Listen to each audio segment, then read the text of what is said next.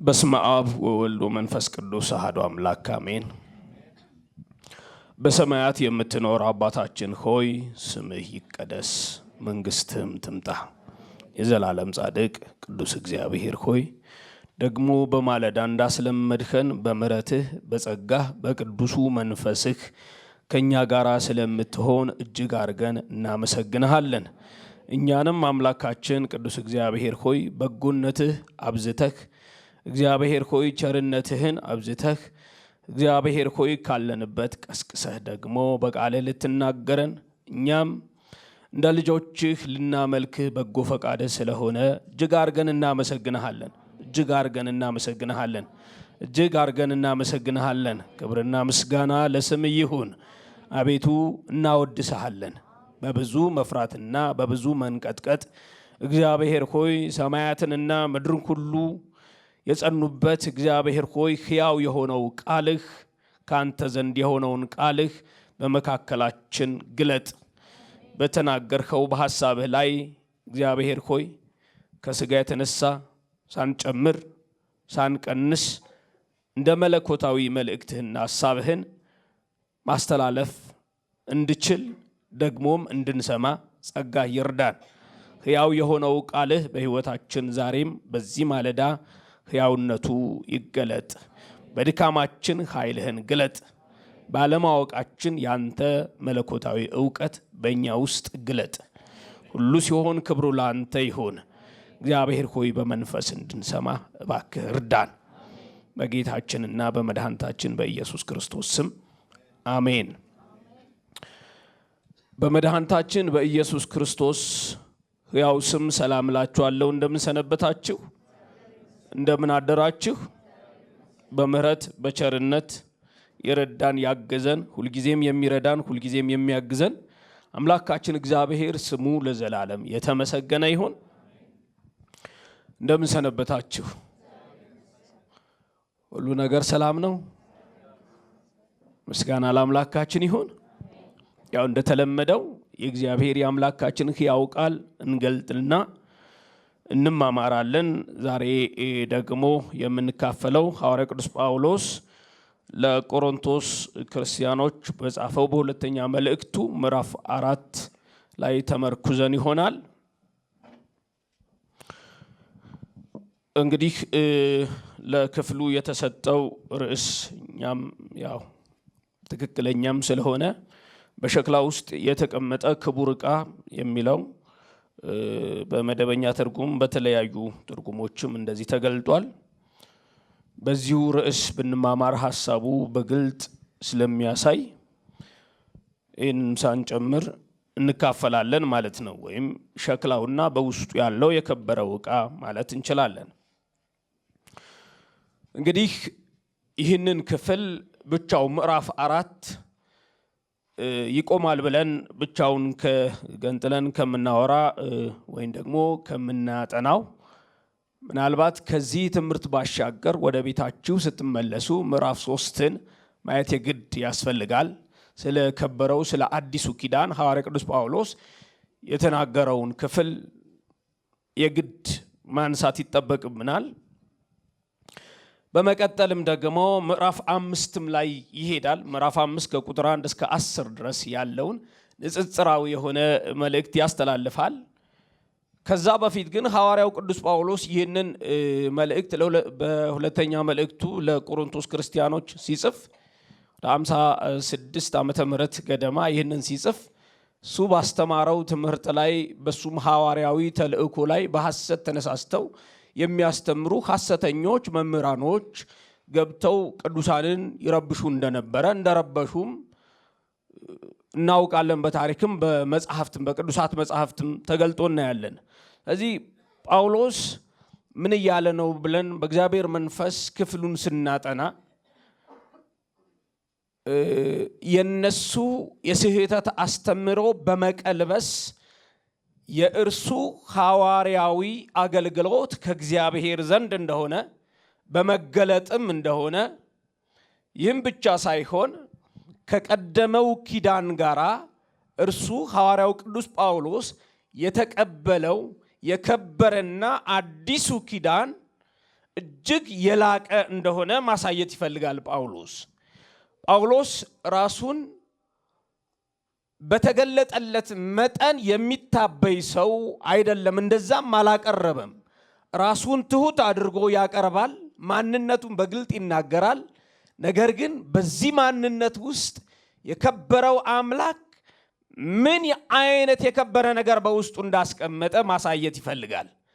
ይህም ብቻ አይደለም፣ ሐዋርያ እንደመሆኑ መጠን፣ አገልጋይ እንደመሆኑ መጠን በክርስቶስ ኢየሱስ የተጠራ የተመረጠ እንደመሆኑ መጠን ለእርሱ ብቻ አይደለም፣ ለምእመናንም ለቅዱሳንም ለቅዱሳትም እንዲህ አይነት መልእክት አለው። እኛ እንደዚህ አይነት ሰዎች ነን። ከፍጥረታችን ምንም አይነት የተለየ ነገር ያለን ፍጥረቶች አይደለንም። ነገር ግን ምንም እንኳ የተለየ ነገር ባይኖረንም ከታላቁ ጌታ የተነሳ ስለ ኃጢአታችን ሞቶ ከተነሳው ኢየሱስ የተነሳ በውስጣችን የከበረ ነገር አለ። ሰዎች የሚጠብቁን በሌላ ነው፣ የሚያዩን በሌላ ነው። በእግዚአብሔር ዘንድ ደግሞ የምንጠበቀው የምንታየው በሌላ ነው። ስለዚህ በእኔ ላይ ያለው በእናንተም እንዲሁ ነው አይነት መልእክት አለው ማለት ነው። ምስጋና ለአምላካችን ይሁን። ይሄ በአጭር ቋንቋ እዚህ ጋር ቆመን የምናገለግለው እኛ ብቻ ነን ሸክላዎች፣ ነገር ግን በእኛ ውስጥ ነው የኃይሉ ታላቅነት የተገለጠው ብቻ አይደለም ጳውሎስ እያለ ያለው።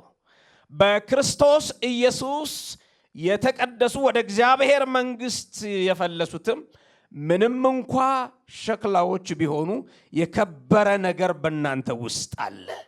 ከምድር ተግዳሮት ጋር ያነጻጽራል።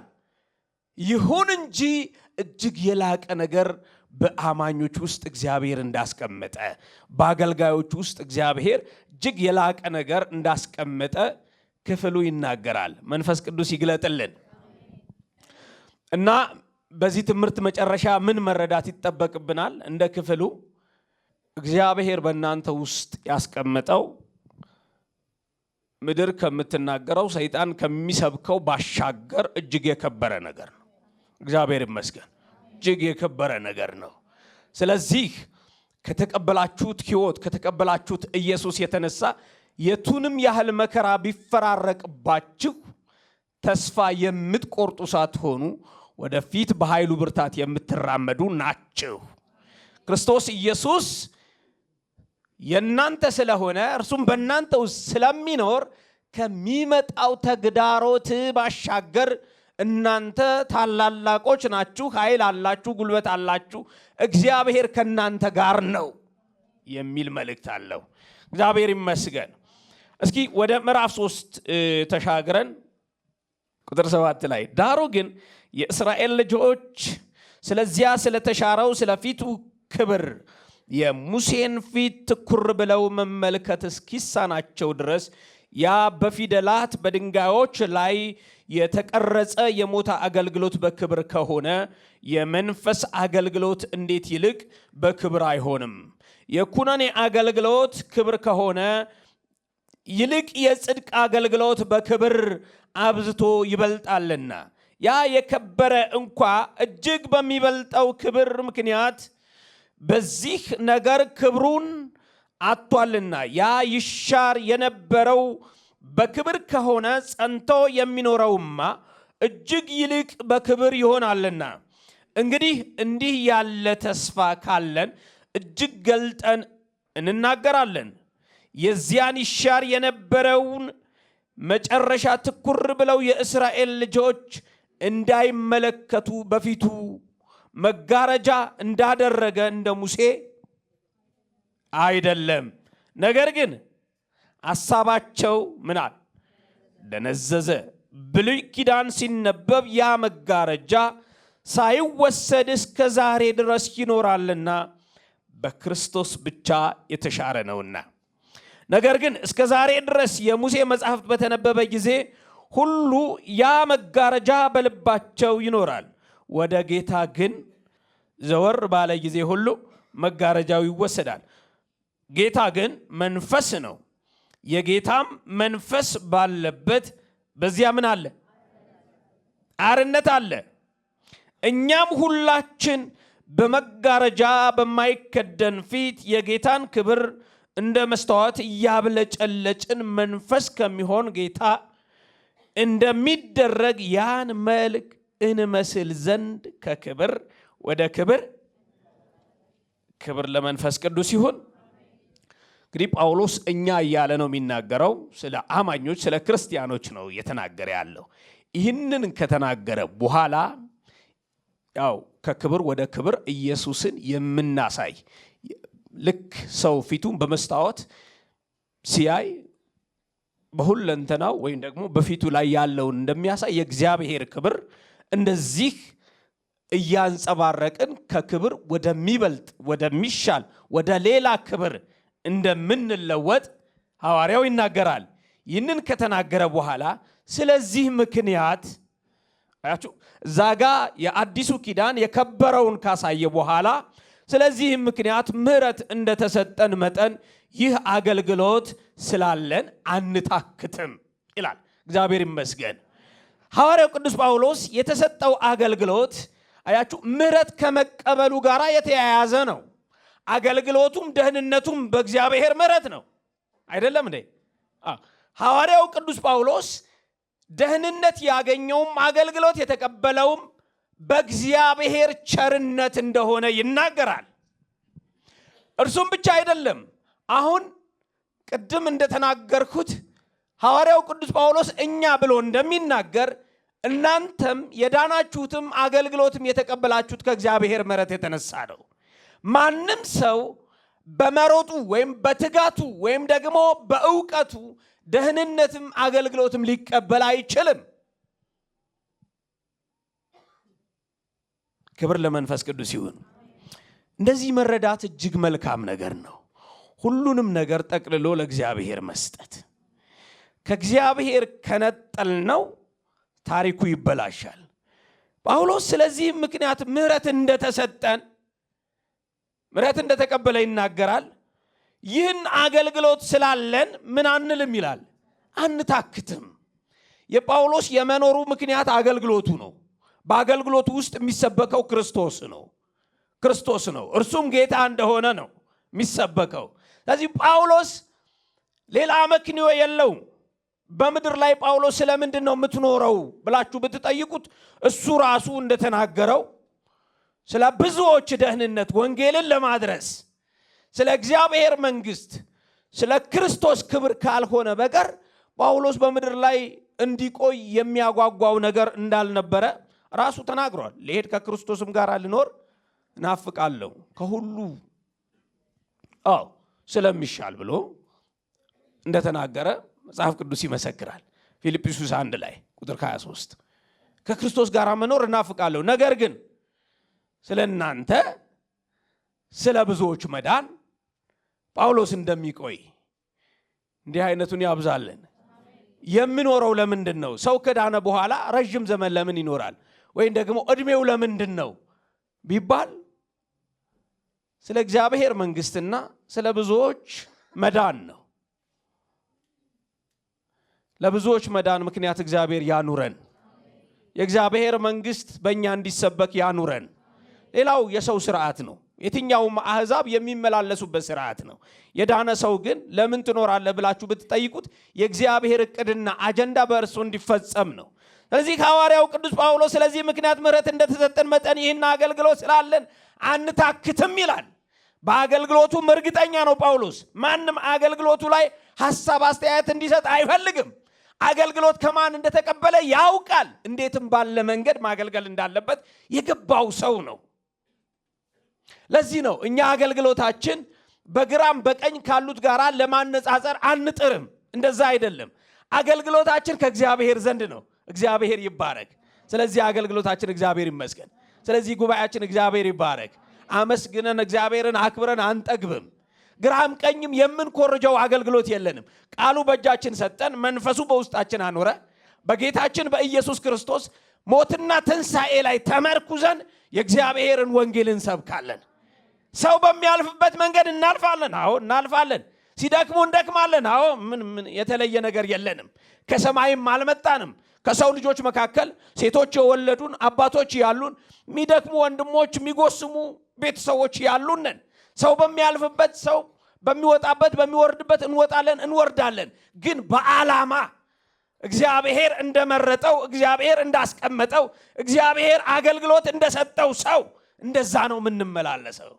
ስለዚህ ጳውሎስ አገልግሎቱን አያስነካም። እኔ ይገርመኛል በጳውሎስ መልእክታት ውስጥ እጅግ በጣም ስታጠኑት ማለት ነው ለአገልግሎት ያለው ክብር ለክርስቶስ ካለው ክብር ያው ነው። አገልግሎቱ እንድች አድርጎ አያስነካም። እግዚአብሔርም እርሱን በአገልግሎት እንዴት እንደሾመው ማንም የትኛውም ሐሰተኛ በሐሰት ታጥቆ ተነስቶ በአገልግሎቱ ላይ ቢነሳ ዝም አይልም፣ ምላሽ ይሰጣል። ከእግዚአብሔር ዘንድ ነው የኔ አገልግሎት እያለ ማለት ነው። ከእግዚአብሔር ዘንድ ነው ክርስቶስ ኢየሱስን ስለ የሚያጎላ አገልግሎት ነው ያለው። ስለዚህ ጳውሎስ መንፈሳዊ ጀግና ነው። በእግዚአብሔር መንፈስ ማለት መንፈሳዊ ጀግና ነው። ክርስቶስንም ከማግኘቱ በፊት ሰውየው የዋዛ አልነበረም። እንደው ስለ ንግግሬ ይቅርታ። ሰውየው ስንል ያው እኔ ጳውሎስ በህይወቴ እንዴት እንደምወደው ልነግራችሁ አልችልም። ከአገልጋይ አለየውም። ሁሉም በጌታ ምሕረት አገልግሎት የተቀበለ ነው። ግን ጳውሎስ የተለየ ሰው ነው። እንደው ወደ እግዚአብሔር ተነጥቀን ስንሄድ ከሚያጓጉኑ ሐዋርያት ጳውሎስ የትኛው ነው እምል ነው የሚመስለኝ። ለራሴ ድፍረት የተናገርኩ መሰለኝ። ስለዚህ ጳውሎስ እጅግ የከበረ የጌታ ባሪያ ነው። ኢየሱስን ለማሳየት እንደ ጳውሎስ ያለ አይመስለኝም። እንደ ሻማ በመቅለጡ ብቻ ኢየሱስ እንዲነገር በእውነትና በመንፈስ ኢየሱስ እንዲሰበክ ስለ ኢየሱስ በቃ ቋንቋ በማይገልጠው መንገድ መገለጥ ይፈልጋል። ስለዚህ አያስነካም። ወንጌል የክርስቶስ ነው፣ ስለ ክርስቶስም ነው። ስለዚህ ይህ ወንጌል ማስነካት አያስፈልግም። ወንጌልን ካስነካ ክርስቶስን ማስነካቱ ነው። አገልግሎቱን ካስነካ፣ ሐዋርያነቱን ካስነካ፣ ሩጫውን ካስነካ፣ ከእግዚአብሔር ዘንድ የተሰጠውን አደራ ካስነካ ክርስቶስን ማስነካቱ ነው። ስለዚህ ወንጌላችንን አናስነካም፣ አገልግሎታችን አናስነካም፣ ጉባኤያችንን እስኪ አናስነካም በሏ። ለምን? ኢየሱስ ነው የሚሰበከው፣ የእግዚአብሔር መንግስት ነው የሚታወጀው፣ የእግዚአብሔር ክብር ነው የሚነገረው። አገልግሎታችን አናስነካም። እኛ እንደምንም እንሁን ከቀደሙት አንበልጥም፣ ከሐዋርያት አንበልጥም፣ ከጳውሎስ አንበልጥም። እኛ እንደምንም እንሁን፣ በስጋችን ላይ ምንም ይተረማመስ፣ ምንም ይፈራረቅብን፣ አገልግሎታችን አናስነካም፣ ክርስቶስን አናስነካም፣ ወንጌላችንን አናስነካም፣ ጉባኤያችንን አናስነካም፣ ዝማሬያችንን አናስነካም፣ አንጨምርም፣ አንቀንስም። የተሰጠን በቂ ነው። መንፈስ ቅዱስ ለክቶ ነው የሰጠን። ጳውሎስ አገልግሎት አለኝ። በነገራችን ላይ ትምክህቱ ነው አገልግሎቱ። ታውቃላችሁ አይደል?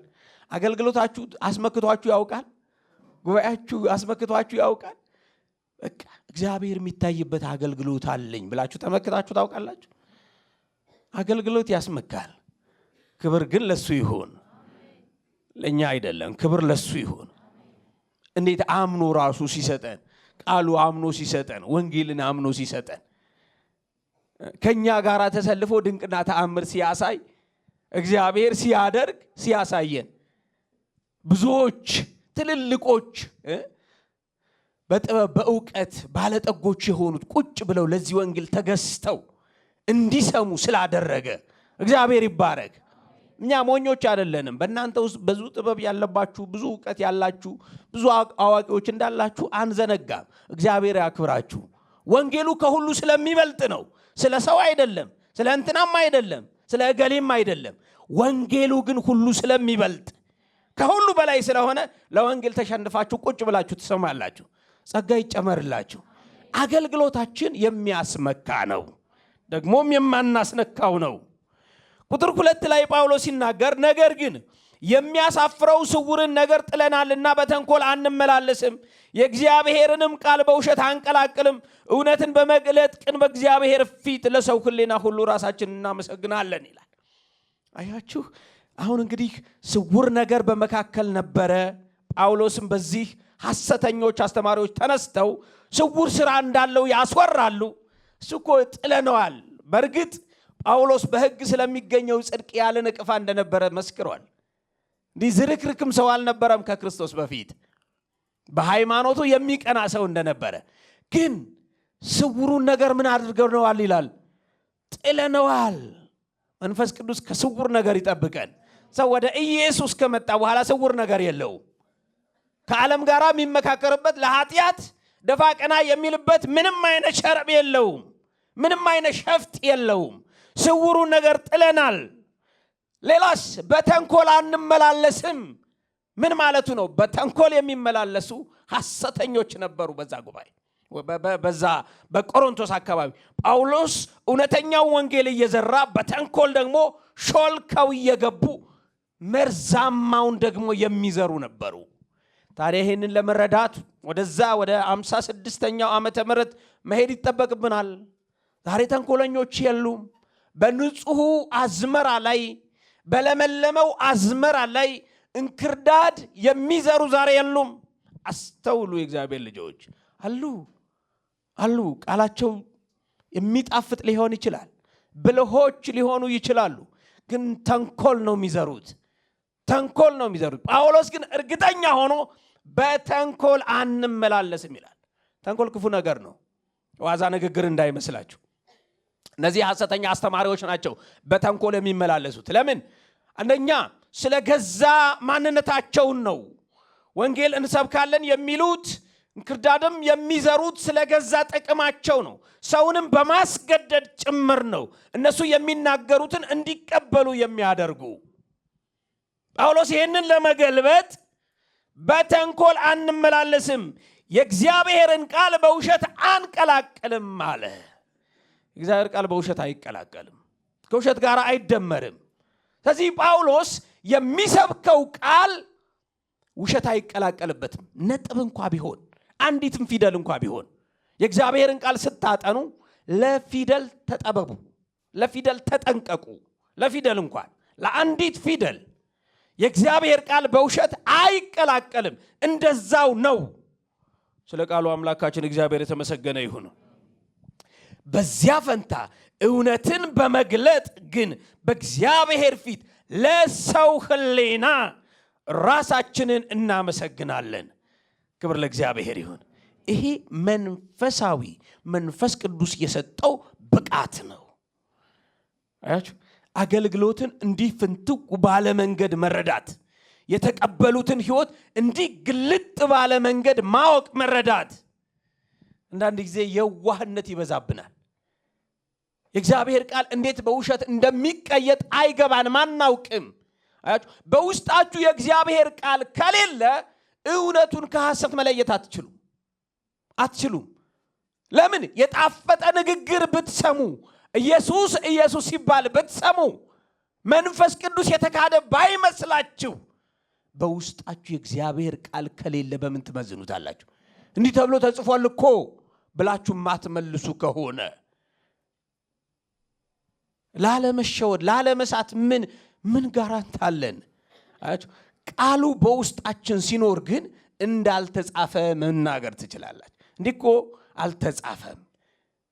ልክ ጌታችን ኢየሱስ በሰይጣን በተፈተነ ጊዜ ዲያብሎስ ሲፈትነው እንደመለሰለት የእግዚአብሔር ቃል በሙላት ይኑርባችሁ ተብሎ እንደተጻፈ፣ ስለዚህ አውጥታችሁ የምትናገሩት ቃል ከሌላችሁ ላለመበዝበዛችን፣ በሐሰተኞች ላለመሸወዳችን ምንም አይነት እርግጠኛ እንድንሆን የሚያደርገን ነገር የለም። ጳውሎስ ግን ራሱ እንደዚህ አይነት መንፈሳዊ ጀግንነት ታጥቆ አማኞችንም እንዲታጠቁ ያደርጋል። የእግዚአብሔር ልጆች በእግዚአብሔር ቃል የምንሞላበት ጊዜ ነው።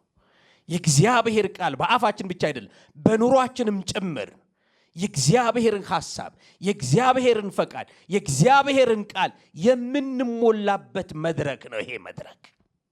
ከዚህ ባሻገር ባለው በቤታችሁ መድረክ የእግዚአብሔርን ቃል ልትሞሉት ይገባል።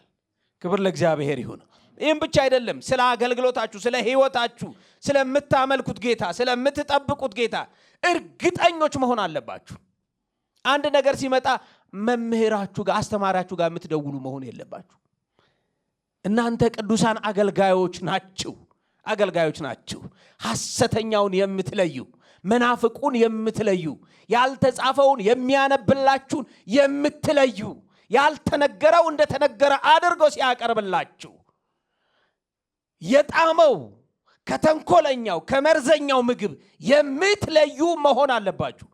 ከሌላው ዘመን ሁሉ ይልቅ አሁን ላይ እኛ እንኳን መለየት እስከማንችል የትኛው ትክክል የትኛው ሐሰተኛ እንደሆነ በጣም ጥበብ ተክነው ስለገዛ ሆዳቸው ስለ ራሳቸው የእግዚአብሔርን እውነት የእግዚአብሔርን ቃል በውሸት የሚቀላቅሉ ጫና ሲበዛብን አንዳንድ ጊዜ ዘው ብለን የምንገባበትን አናውቅም። መንፈስ ቅዱስ ይጠብቀን። ይህ ክፍል ምላሽ ይሰጣል። ታገሱ የሚል ምላሽ አለው። ጌታን እንደያዛችሁ ታገሱ፣ በመንፈስ ቅዱስ ኃይል ታገሱ፣ አሁን የጊዜው ተራ ነው እያለ ይናገራል። ክብር ለመንፈስ ቅዱስ ይሁን። ወንጌላችን ይላል ጳውሎስ፣ ወንጌላችን የኛ አችን የምትለው የመጨረሻዋ ባለቤትነት ያመለክታል። የኛ እያለ ነው ጳውሎስ። ወንጌላችን የተከደነ ቢሆን እንኳ የተከደነባቸው ለሚጠፉት ነው። ጳውሎስ በዚህም ያሙት ነበረ። ምን የተገለጠ አይደለም፣ የተከደነ ወንጌል ነው ጳውሎስ የሚሰብከው ይሉት ነበረ። አይደለም። ልባችሁ ለጨለመባችሁ ልክ ምዕራፍ 3 ላይ ያ መጋረጃ እስካሁን ድረስ በልባቸው ውስጥ አለ ተብሎ እንደተነገረ ዛሬም ላለማመን መሲሁን ላለመቀበል ልባቸው የጨለመባቸው ለዚህ ዓለም አምላክ ራሳቸውን አሳልፈው የሰጡት የእግዚአብሔር ጽድቅና እውነት የሆነውን ክርስቶስን ላለመቀበል ላለመስማት ልባቸውን የቆለፉት ለነርሱ እውነትም ወንጌላችን የተከደነ ነው። ለነሱ ለሚጠፉት የተከደነ ይሁን እንጂ ለኛ ግን ብርሃን ነው። አይደለም እንዴ? ወንጌል ለእናንተ ምንድን ነው? አልበራላችሁም? እስኪ በርቶልኛል በሉ። ባይበራለህ እዚህ ምን ትሰራለህ? ተታሎ ወተት አለ ዳቦ ይታደላል ተብሎ የመጣ አለ እንዴ? የለም። ስንዴ ይካፈላሉ። እሱ እንኳን አሁን ፋሽን አልፎበታል። ንጹህ የእግዚአብሔርን ቃል የተገለጠው ብርሃን የሆነውን ቃል ልንሰማ ነው የመጣ ነው። ልንካፈል ነው የመጣ ነው። ቀድሞ በርቶልናል። ነገር ግን የጨለመባቸው ዛሬም ድረስ ጨልሞባቸዋል። ልባቸው ስለከደኑ መጋረጃው ዛሬም ድረስ አለ። ያ የሚሻረው በኢየሱስ ብቻ ነው። እኛ በኢየሱስ ተሽሮልናል። መጋረጃ የለብንም። ፍንትው ብሎ ይታየናል። የእግዚአብሔር መንግስት ወገግ ብሎ ይታየናል። እግዚአብሔር ይመስገን። ስለዚህ ወንጌላችን እኮ የተከደነ ቢሆን እንኳ የተከደነባቸው እኮ ለሚጠፉት ነው። እግዚአብሔር ከፍሎ የሚገርማችሁ ነገር ለሚጠፉት ይከደን አይልም። ብዙ ክርክር አለ። ይገርማችኋል። የማያምኑትን ሐሳብ አሳወረ ሲል እግዚአብሔር ከፍሎ ነው ማለት ነው። እንደውም በቅርብ ቀን እንደተከራከርን በዚህ ጉዳይ አስታውሳለሁ። አይደለም። የእግዚአብሔር ወንጌል ለሰው ልጆች ሁሉ የተገለጠ ነው። የእግዚአብሔር ልጅ ለሰው ሁሉ ነው የተሰቀለው። የእግዚአብሔር ወንጌል ለሰው ልጆች ሁሉ ይሰበካል። ሰው በውስጡ ፈቃድ አለው። ሰው በውስጡ ከብረት የጠነከረ ወግና ስርዓት አለው። ወግና ስርዓቱ ስለጠበቀበት ወይም ደግሞ ከብረት ስለጠነከረበት ኢየሱስን ማለት አልቻለም። ከኢየሱስ ይልቅ ሃይማኖቱ ይበልጥበታል። ከኢየሱስ ይልቅ ሺህ ጊዜ በእውነት በትህትና በቅንነት በጽድቅ ስለ ኢየሱስ የተጻፈውን ብታወሩት ስለ ሃይማኖቱ ያንተ ኢየሱስ ብሎ ኢየሱስን ይሳደባል። ስለምኑ? ስለ ሃይማኖቱ ምን ያህል ጠንቃቆች እንደሆኑ ለዓለም ሁሉ ነው የተሰቀለው። አይደለም እንዴ? በእርሱ የሚያምን ሁሉ፣ በእርሱ የሚያምኑ አፍሪካውያን ይላል እንዴ? አውሮፓውያን ብሎ ከፈለ እንዴ? አይሁዳውያን ብሎ ከፈለ? አልከፈለም።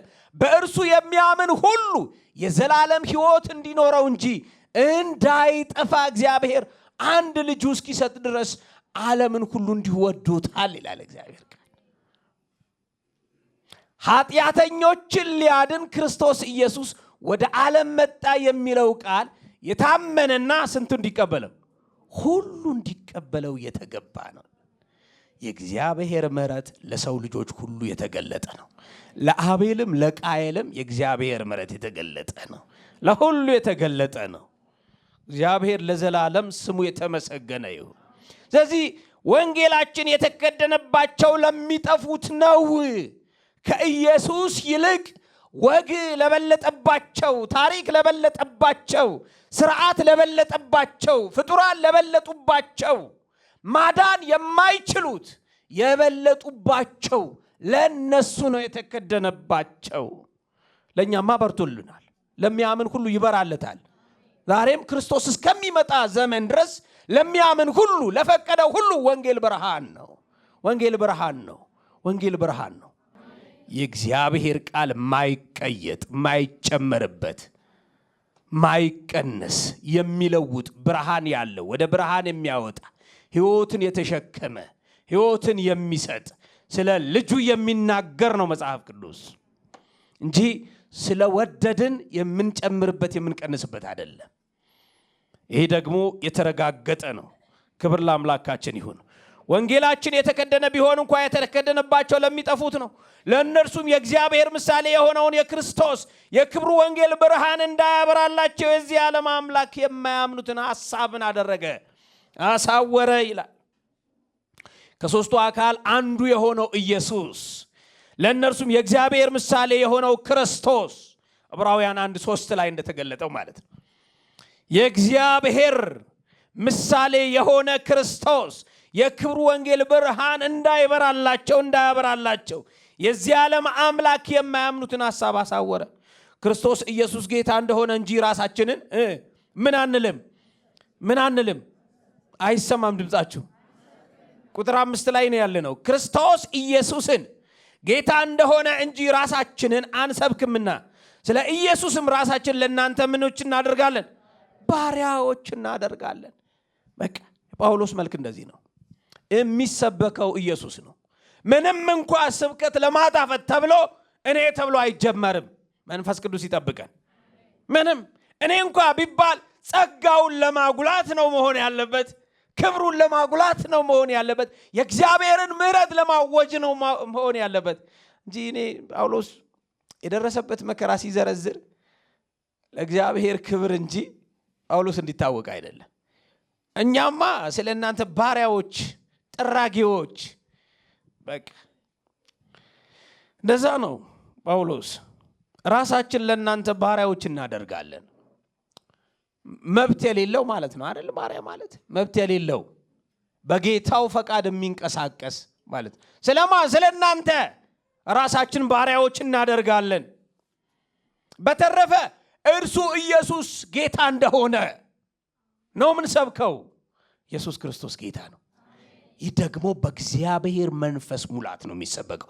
አንደኛ ቆሮንቶስ ምዕራፍ 12 ቁጥር 3 ላይ ማንም ሰው በእግዚአብሔር መንፈስ ካልሆነ በስተቀር ኢየሱስ ክርስቶስ እርሱ ጌታ እንደሆነ መመስከር አይችልም። ማንም ደግሞ በክፉ መንፈስ ካልተያዘ በቀር ኢየሱስ የተረገመ ነው ሊል አይችልም። ስለዚህ እኛ ራሳችንን አንሰብክም።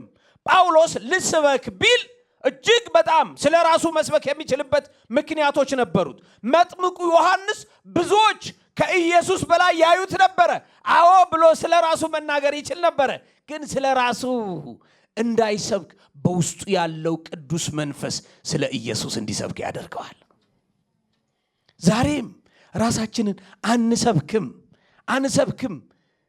እንስበክስ ብንል ምን የሚሰበክ ነገር አለን?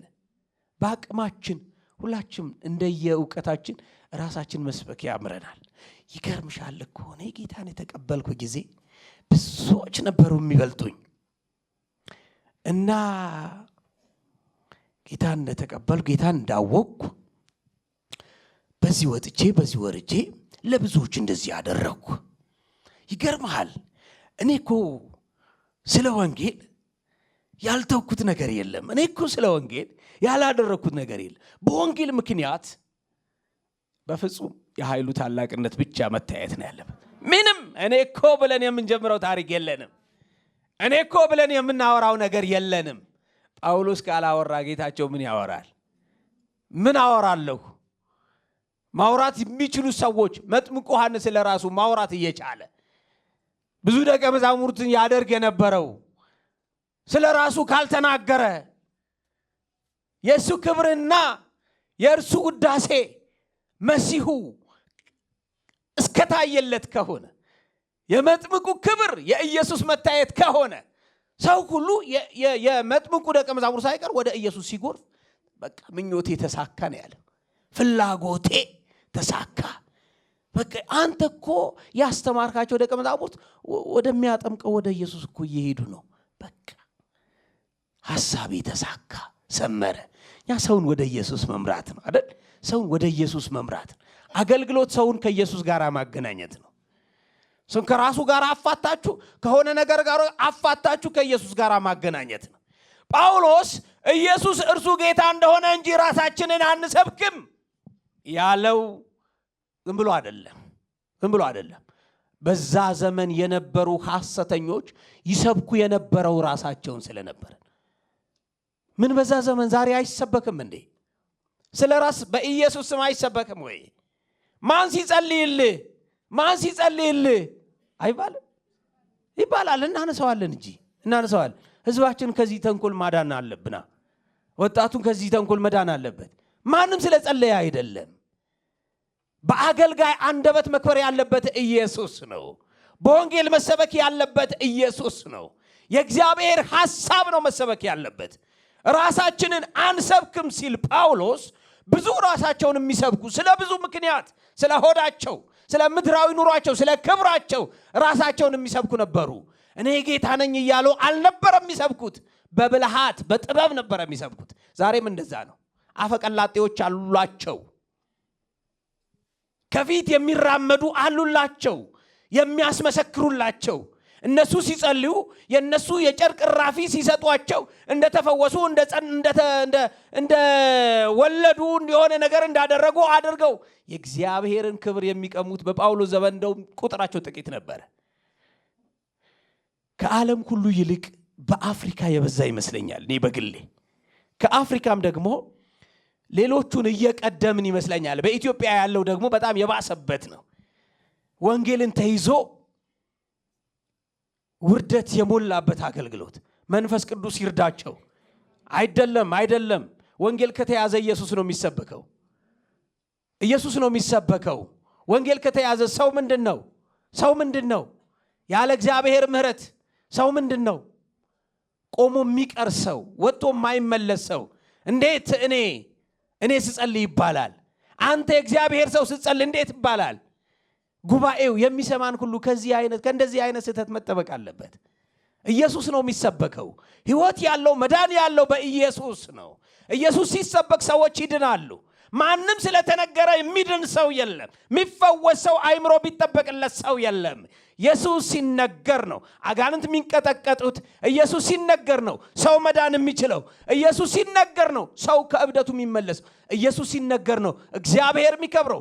ኢየሱስ ሲነገር ነው ሰው ወደ እግዚአብሔር መንግስት የሚገባው። ኢየሱስ ካልተሰበከ ጳውሎስ ሺህ ጊዜ ቢሰበክ ጉራማይሉ ነገር ነው። ስለ ጳውሎስ እንኳን እናውራ ብንል የጥፋቱ ዘመን እናመጣለን። ያበላሽበት የነበረበት ዘመን ብዙ ነገር አለው። ጳውሎስ እንኳን ሳይቀር ምን ወደው ጳውሎስ ሳይቀር ሰው ደግሞ ምኑ ይነገርለታል? ያለ እግዚአብሔር ምሕረትና ጸጋ ሰው ምኑ ይነገርለታል? ይኸውላችሁ በስተት እንኳን ቢገጥማችሁ ከኢየሱስ ውጪ የሚሰበክበት ጉባኤ ውስጥ አትገኙ። በታላቅ ሩጫና ጩኸት አምልጡ። በአጋጣሚ እንኳን እንደው ይሄን አገልግሎት የማታገኙበት ሌላ ክፍለ ዓለማት ሄዳችሁ እንኳን ቢሆን አምልጡ። ኢየሱስ የማይሰበክበት፣ የእግዚአብሔር መንግስት የማይታወጅበት፣ ክብር ለእግዚአብሔር የማይሰጥበት፣ ሰው ብቻ የሚሰማበት።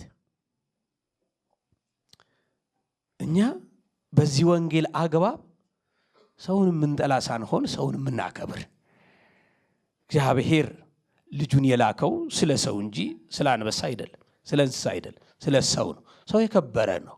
ሰው የከበረ ነው።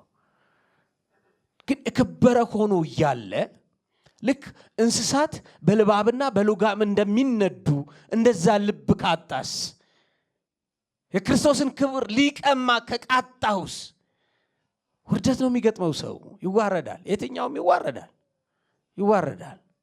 ኢየሱስ ክርስቶስ እርሱ ጌታ ነው። የሚሰበክ ጌታ ነው። የሚያድን ጌታ ነው። የሚፈውስ ጌታ ነው። የሚጠግን ጌታ ነው። ከውድቀት የሚያነሳ ጌታ ነው። መንግስት ያለው ጌታ ነው። የሚመጣ ጌታ ነው። የሚያወርስ ጌታ ነው። የሚያድን ጌታ ነው። የሚታደግ ነው። ኢየሱስ ክርስቶስ የሕያው እግዚአብሔር ልጅ ከሰማይ የመጣ መገኛው ምድር ያልሆነች መገኛ የሌለው ዘላለማዊ አልፋ ኦሜጋ ከአብ ዘንድ የመጣ ጌታችን ኢየሱስ ሰዎች የሚያርፉት በእርሱ ብቻ ነው። ሰው የተባለ ፍጥረት የሚያርፈው በኢየሱስ ብቻ። ኢየሱስን ካልሰበክን እኔ ብለን ከጀመርን ስተን እናስታለን። መንፈስ ቅዱስ ከዚህ ስለጠበቀን ስሙ ብሩክ ይሁን። አድኖናል፣ ፈውሶናል፣ እያዳነን እየፈወሰን እየጠበቀን። ራሳችን አንሰብክም። በክርስቶስ ፊት የእግዚአብሔርን የክብሩ ዕውቀት ብርሃን እንዲሰጥ በልባችን ውስጥ የበራ በጨለማ ብርሃን ይብራ ያለ ማን ነው? እግዚአብሔር ነው። ስለዚህ ክብሩ ለእግዚአብሔር ነው። ዘፍጥረት ምዕራፍ 1 ላይ በጨለማው ላይ ብርሃን ይሁን ያለ ማን ነው? እግዚአብሔር ነው። በእኛስ የኃጢአት ጨለማ ውስጥ ብርሃን ይሁን ብሎ ልጁን የላከ ማን ነው? እግዚአብሔር ነው። የልባችን የኃጢአትን ጨለማ የገፈፈ ከሰማይ የመጣው የጽድቅ ብርሃን ኢየሱስ የሕያው እግዚአብሔር ልጅ ነው። የልባችን ጨለማ የገፈፈ ኢየሱስ የሕያው እግዚአብሔር ልጅ ነው። ለምድር ብርሃን የሆነ ኢየሱስ የሕያው እግዚአብሔር ልጅ ነው። እግዚአብሔር ለዘላለም የተመሰገነ ይሁን። በጨለማ ብርሃን ይብራ ያለ እግዚአብሔር ነውና፣ ነገር ግን የኃይሉ ታላቅነት ከእግዚአብሔር እንጂ ከኛ እንዳይሆን ይህ መዝገብ በሸክላ ዕቃ ውስጥ አለ። እጅግ በጣም የሚደንቀኝ የክፍሉ ማዕከላዊ መልእክት እግዚአብሔር ስሙ ለዘላለም የተመሰገነ ይሁን። የከበረው ነገር ምን ውስጥ ነው ያስቀመጠው? ማን ያስቀምጣል ሸክላ ውስጥ? ምክንያቱ ገብቷችኋል? የኃይሉ ታላቅነት ከኛ እንዳይሆን ጳውሎስ ወደዚህ ሲገፈትሩት ወደዛ ሲደፉት ሲያዳፉት ማለት ነው። አቅም የሌለው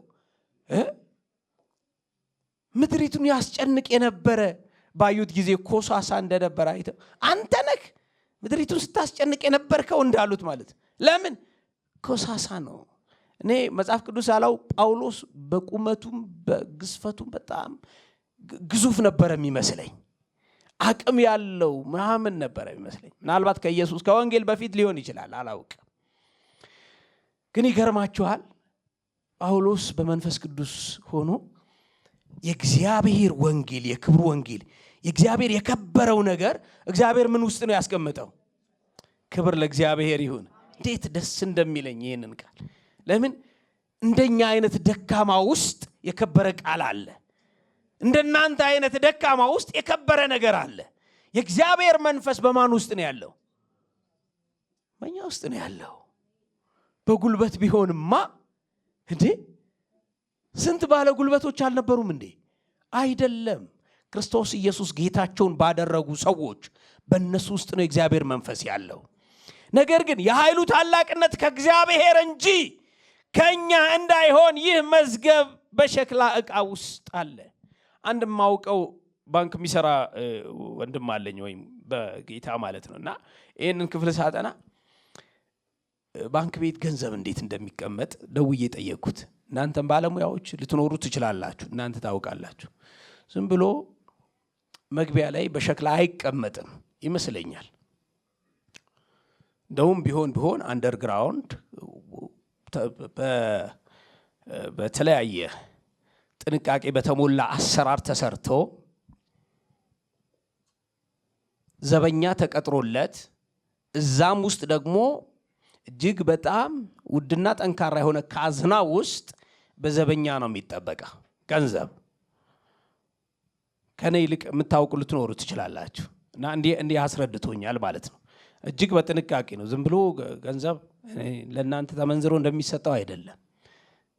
ጠባቂዎች አሉት እንደውም ከግራውንዱ በታች እንደሆነ እና ደግሞ እዛም ውስጥ ላይ ሸክላ አለ። በሸክላ ነው። ከሸክላ ውጭ ደግሞ እጅግ በጣም በጥንቃቄ ይሰራል።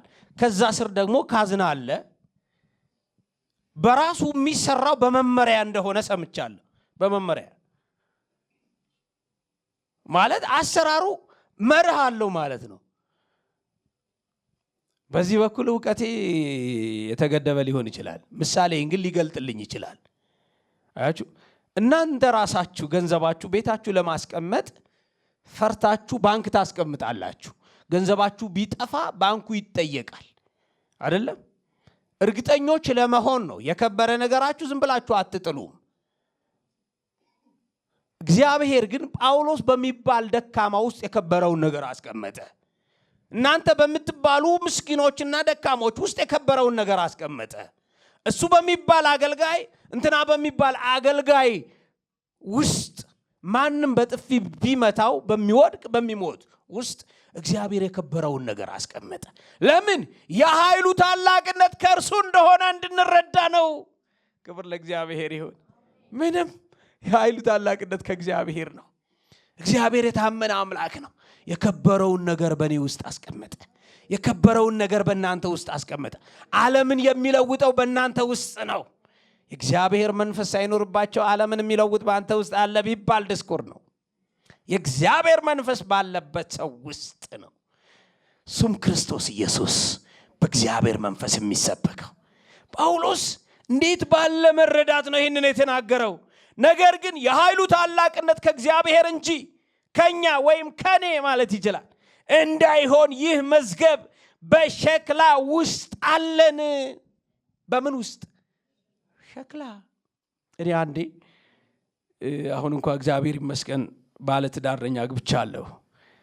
አንዴ የዛሬ 3 ዓመት አካባቢ ምሳ ልበላ ራሴው ልለማመድ ብዬ ወጥ ሰራሁኝ እና ወጥ የሰራሁት በሸክላ ነበረ፣ በብረት ድስት አልነበረም። እና እርቦኝ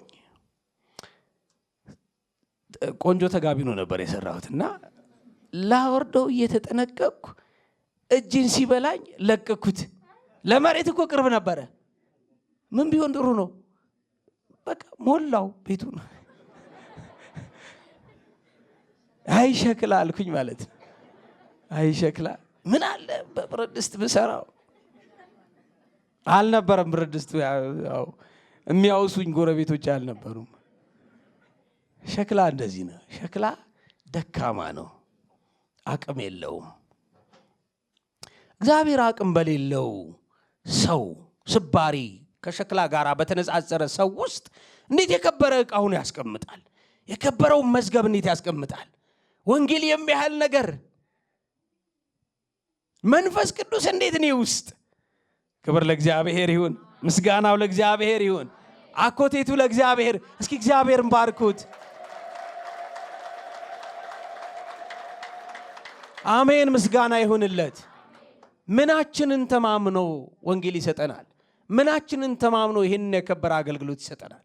ምናችንን ተማምኖ ይህንን ጉባኤ ይሰጠናል? እግዚአብሔር አይደንቅም? እግዚአብሔር አይገርምም? እግዚአብሔር ኃይሉን የኃይሉ ታላቅነት ነው የምናይበት። የኃይሉ የመቻሉ ታላቅነት ባይሆንማ ኖሮ እስካሁን ድረስ እኛ እዚህ ነበርን። አጥፊዎች እንደተጉ፣ ባለቆንጭራዎች እንደበረቱ፣ ተሳዳቢዎች እንደበረቱ፣ ስፍራ አንሰጥም ባዮች ከልካዮች እንደበረቱ እኛ እንደዚህ ነበርን እንዴ? በምድሪቱ ላይ እንደዚህ እንበዛ ነበረ እንዴ? የኃይሉ ታላቅነት ይታይ ዘንድ እግዚአብሔር እንደዚህ ያደረገ።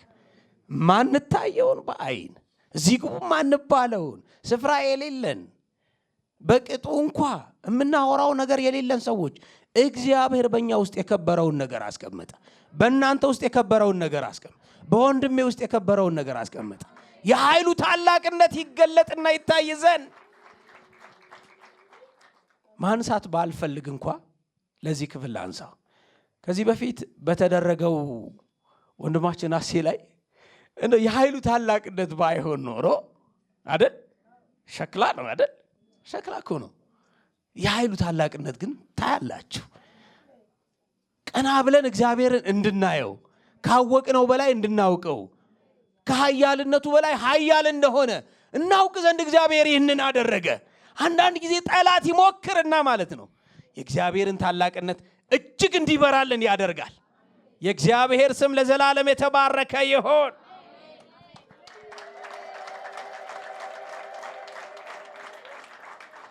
ምንም እንኳን ሸክላ ብንሆን ሸክላው እንዳይነካ የሚፈልግ አምላክ ነው ያለን።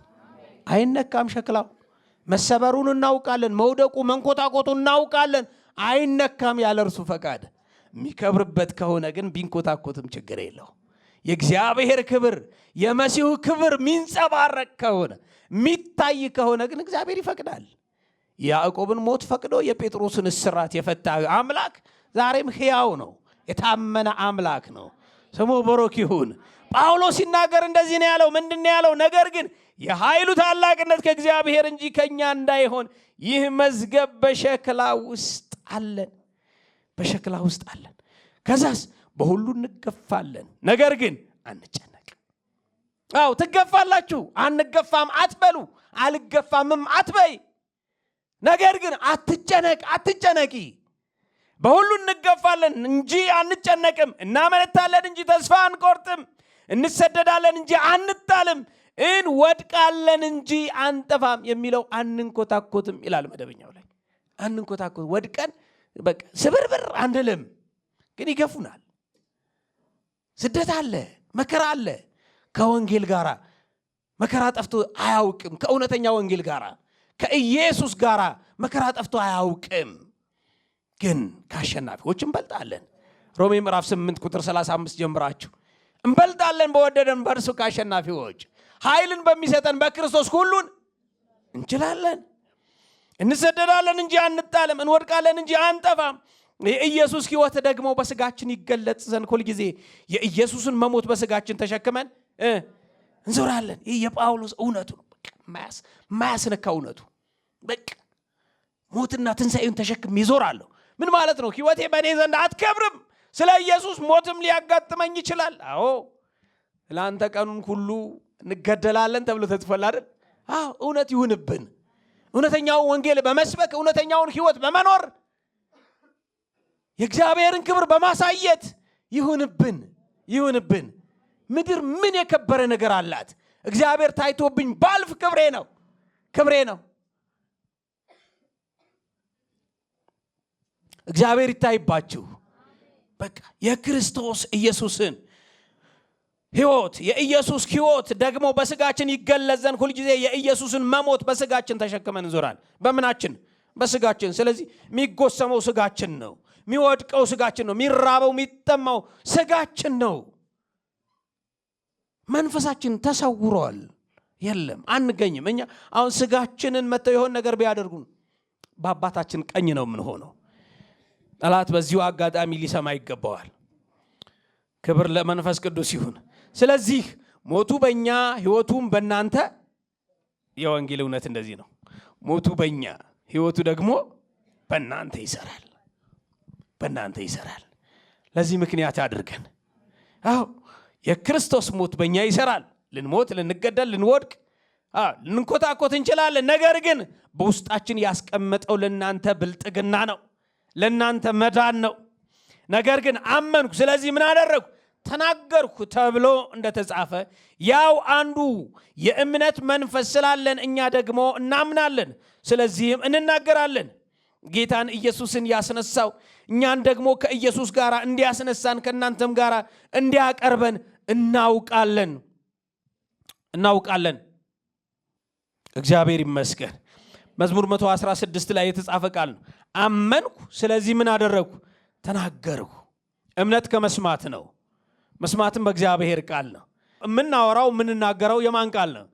የእግዚአብሔር ቃል ነው። ነገር ግን ስለዚህ ሞቱ በእኛ ሕይወቱን በእናንተ ይሰራል። ነገር ግን አመንኩ፣ ስለዚህ ተናገርኩ ተብሎ እንደተጻፈ ያው አንዱ የእምነት መንፈስ ስላለን እኛ ደግሞ እናምናለን፣ ስለዚህ እንናገራለን። ጌታን ኢየሱስን ያስነሳው እኛን ደግሞ ከኢየሱስ ጋር እንዲያስነሳን ከእናንተም ጋር እንዲያቀርበን እናውቃለንና ደግሞ ስለሚመጣው እርግጠኛ ሆኖ ጳውሎስ ይናገራል። ያመጣናል ይላል። እንዲያቀርበን እናውቃለንና በብዙዎች በኩል የተትረፈረፈው ጸጋ ለእግዚአብሔር ክብርና ምስጋና ያበዛ ዘንድ ሁሉ ስለ እናንተ ነውና ስለዚህም አንታክትም። ነገር ግን የውጩ ሰውነታችን ቢጠፋ እንኳ በውስጥ ሰውነታችን ዕለት ዕለት ምን ይላል? ይህንን መረዳት አለብን ክርስቲያኖች፣ የእግዚአብሔር ልጆች። ሁል ጊዜ የዚህ ምስጢር ልንገራችሁ። ሁል ጊዜ የውጩ ሰውነታችሁ እንዲጠፋ ብትፈቅዱ ምክንያቱ ወንጌል ነው። ምክንያቱ እውነተኛ ህይወት ነው፣ የታመነ ህይወት ነው።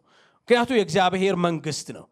እግዚአብሔር መንግስት የተቀበላችሁት ህይወት የተቀበላችሁት በእናንተ ውስጥ በሸክላ ውስጥ ያለው የከበረው መዝገብ የምትኖሩለት ከሆነ የምትመሰክሩት ከሆነ የውጩ ሰውነታችሁ ብዙ መከራ ይገጥመዋል።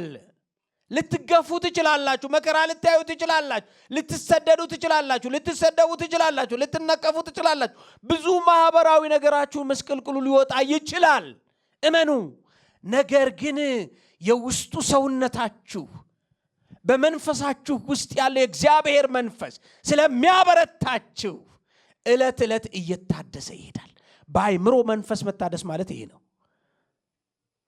ስለዚህ አሁን አንድ ነገር ገብቶናል። ምን ገብቶናል? ለካ ለተቀበልኩት ህይወት በኖርኩ ቁጥር መከራን ይመጣ ይችላል።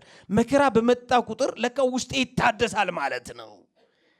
እኔ አንዲት እህት ናዝሬት ቤት ለቤት ስናገለግል በፊት እጅግ በጣም መከራ ያስዋያቸው ነበር። አንድ ቤተሰቦች አሉ እና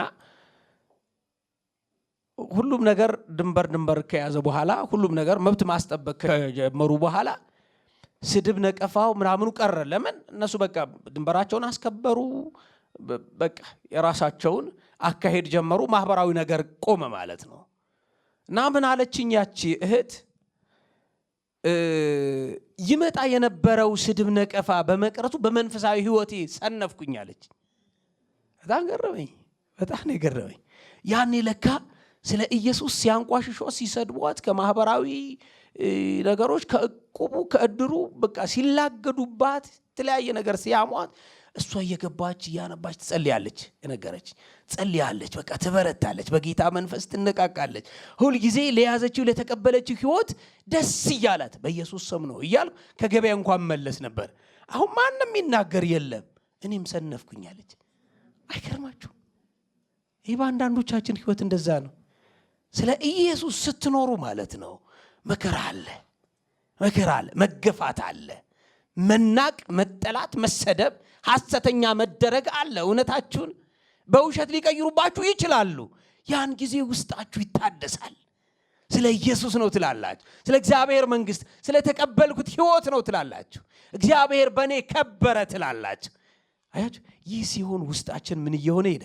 እየታደሳችሁ፣ መንፈሳዊ ነገር እየተገለጠላችሁ፣ የእግዚአብሔር መንግስት ወክክ ብሎ እየታያችሁ፣ ሰማይ እየተከፈተላችሁ፣ ምስጢር እየተጨመረላችሁ፣ እግዚአብሔርን እየወደዳችሁት፣ መሲሁን እያከበራችሁት፣ ነገራችሁም ቤታችሁም የእናንተ የተባለ ሁሉ በእግዚአብሔር ክብር ይሞላል። ያን ጊዜ ስለ ኢየሱስ መከራ መቀበልን የወደዳችሁ ጊዜ ውጩ ሰውነታችሁ በእናንተ ዘንድ አይከብርም። ክብርም አትጠብቁ። የእግዚአብሔር ልጆች ቤተሰቦች አትጠብቁ። የኢየሱስ ናችሁ። ጨርሻለሁ። የኢየሱስ ናችሁ። ከዓለም ክብር አትጠብቁ። የኢየሱስ ናችሁ። ስድብ ነቀፋ አትጥሉ። የኢየሱስ ናችሁ። የትኛውም ነገር ስለ ኢየሱስ ተቀበሉ። የውስጡ ሰውነታችሁ ይታደሳል። እግዚአብሔር በእናንተ ዘንድ ይከብራል። ምስጋና ለስሙ ይሁን። ስለዚህ አንታክትም። ነገር ግን የውጩ ሰውነታችን ቢጠፋ እንኳ የውስጡ ሰውነታችን ዕለት ዕለት ይታደሳል። የማይታየውን እንጂ የሚታየውን ባንመለከት ቀላል የሆነ የጊዜ መከራችን የክብርን የዘላለም ብዛት ከሁሉ መጠን ይልቅ ያደርግልናልና። የሚታየው የጊዜው ነውና የማይታየው ግን የሚታየው ለጥቂት ጊዜ ነው። በቃ የሰደቧችሁ እናንተ ከማለፋችሁ በፊት ሊያልፉ ይችላሉ። እንዳትኖሩ የተመኙላችሁ እናንተ እየኖራችሁ እነርሱ ላይኖሩ ይችላሉ። እንዳላበዛባችሁ ፈርቼ ነው እንጂ ብዙ ማወራው ነበረኝ። ክብር ለመንፈስ ቅዱስ ይሁን። ለኛም ይገለጽ ዘንድ ካለው ክብር ጋር ቢመዛዘን የአሁን ዘመን ስቃይ ምንም እንዳይደለ አስባለሁ አለ ጳውሎስ ሮሜ 8:18 ላይ። ለኛም ይገለጽ ዘንድ ካለው ክብር ጋር ምን ቢል ቢመዛዘን ቢነጻጸር ቢወዳደር የአሁን ዘመን ስቃይ ምንም እንዳይደለ አስባለሁ። ምን አለው? ምን ሆነብን? ምን ተደረገብን? ማንስ ምን አለን? ከምን ጋር ሲነጻጸር? ከሰማዩ ከሚመጣው ክብር ጋር። ተስፋችን ምድር ብቻ ቢሆን እኔ ማንም አፉ እንዲያላቅቅብኝ አልፈቅድም። ባለኝ አቅሜ እጨረጨራለሁ፣ ለራሴ እሟገት ነበረ። ማንም ከሰማይ በታች ቢሆን ከሰማይ በላይ ማወራው ነገር ባይኖረኝ ሌላ ክብር ባይጠብቀኝ መብቴ አላስነካም ነበር። እናንተም እንደዛ። ግን ይሄ ጊዜው ነው። እናልፋለን። ሀገራችን የት ነው? የት ነው ሀገራችን? አታምኑም እንዴ? በቃ ስለ ሰማዩ ተከራከር፣ ግድ የለም። ስለ ምድሩ ምን አከራከር? ስለሚያልፈው ስለ ጊዜው እግዚአብሔር ይባርክሽ ብለሽ ማለፍ፣ እግዚአብሔር ይባርክህ በቃ ብሎ ማለፍ፣ እግዚአብሔር ማስተዋልን ይስጥህ ብሎ ማለፍ። ክብር ለኢየሱስ ይሁን። ስለ ጊዜውና ስለ ዘላለሙ ጳውሎስ ይናገራል። በክርስቶስ ኢየሱስ ወደ ዘላለም ክብሩ የጠራችሁ የጸጋ ሁሉ አምላክ ለጥቂት ጊዜ መከራን ከተቀበላችሁ በኋላ ራሱ ፍጹማን ያደርጋችኋል፣ ያጸናችሁማል፣ ያበረታችሁማል። አንደኛ ጴጥሮስ 5:10 ላይ ያበርታን መንፈስ ቅዱስ፣ ያበርታን መንፈስ ቅዱስ፣ ያጽናን መንፈስ ቅዱስ፣ አቅም ይሁነን መንፈስ ቅዱስ፣ ብቃት ይሁነን ስለ ኢየሱስ እንድንኖር፣ ስለዚህ የከበረ ወንጌል፣ ስለዚህ አገልግሎት እንድንኖር፣ ስለ እግዚአብሔር መንግስት እንድንኖር፣ እንድንጨክን የእግዚአብሔር መንፈስ ይርዳን። የእግዚአብሔር መንፈስ ያበርታን። የተቀበልነው እንዲገባን መንፈስ ቅዱስ ይግለጥልን። ክብር ሁሉ ለአምላካችን ለእግዚአብሔር ይሁን። ምስጋና ለአምላካችን ይሁን። አምላካችን ሆይ እናመሰግንሃለን። የረዳሃን ያገዝከን፣ ጉልበት የሆንከን፣ አቅም የሆንከን፣ በድካማችን ያንተ ኃይል ይገለጽ ዘንድ ይህንን ስላደረግክ እናመሰግንሃለን። ሁሉ ነገር ያንተን ክብር ያሳይ ጌታ እግዚአብሔር። የኛም ማጣት፣ የኛም መድከም፣ የኛም መዛል፣ የኛን ተስፋ መቁረጥ፣ የኛም መውጣት መውረድ፣ የኛም ማመንታት እግዚአብሔር ሆይ ያንተ የኃይልህን ታላቅነት ያሳይልን።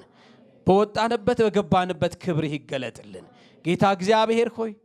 ስላገዝከን፣ ስለምታግዘን፣ ስለረዳህን፣ ስለምትረዳን እጅግ አድርገን እናመሰግናል። ምስጋናው ለአንተ ብቻ ይሁን፣ ክብሩ ለአንተ ብቻ ይሁን። ጌታችን ኢየሱስ ሆይ በሕይወታችን ጎልተህ ታይልን። ሕያው በሆነው ስም ጸለይን፣ አሜን።